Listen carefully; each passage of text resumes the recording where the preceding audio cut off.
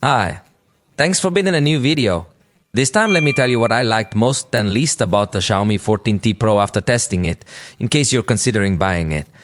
So as always, let me tell you not to buy the Xiaomi 14T Pro without watching this video. Let's take into account its launch price, which has been set at 16,999 pesos. At that price point, it already places it in competition, getting very close to the high-end spectrum, so we will be quite discerning.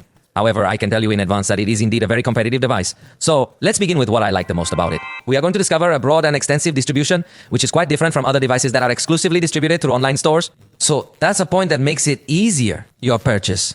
The screen is indeed excellent, as all devices in this segment have quality screens. What's noteworthy is its 144 Hz refresh rate, which remains uncommon. I also like the portraits taken with the front camera, as it keeps objects in focus even when they're relatively close, resulting in a more natural look. The medium distance zoom. Quite impressive. This camera can truly compete head-to-head with other devices in its segment, even with those that are more expensive. Night shots turn out really well, and I particularly enjoy its 75mm mode, as images at that focal length come out very nicely. Furthermore, the device is capable of recording up to 8K at 30 frames per second, which is something we typically only find in top-of-the-line flagship models, in fact. It also provides the capability to record slow motion in full HD at 960 frames per second. It may appear as if it has interpolated frames, yet I appreciate that they offer us this feature. However, once the slow motion concludes, the entire video also ends, instead of resuming at normal speed, which might create a somewhat odd sensation, but it's still good. Additionally, it offers a professional video recording mode, enabling us to adjust manual parameters. The front video recording in portrait mode is excellent because it maintains a sharp focus on objects, providing a really pleasant experience when using this camera. Moreover, it includes numerous software features like customizing the lock screen.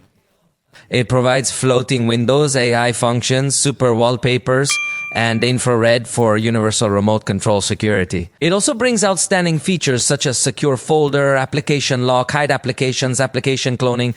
Well, it comes very complete in the whole software experience. It supports 120 watts charging with the charger in the box, and in my 0 to 100 charging test, it took only 29 minutes. Then with only 15 minutes I put it on charge, it was already up to 60%. This is brutal. Another aspect that is truly remarkable is the power. During my test, it only took an average of 2 seconds to open each of the 16 apps. This makes it a device that will definitely stand out significantly due to its power. In fact, when it comes to games, it performs incredibly well, barely heating up while maintaining a consistently high performance, even with high graphic settings. It is indeed a very comprehensive device. Up to this point, everything has been quite wonderful. Now we reach the dark stage.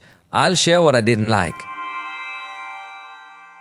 In my backlight test with the telephoto camera, it didn't do very well, although perhaps this can be corrected with an update because it overexposes the background.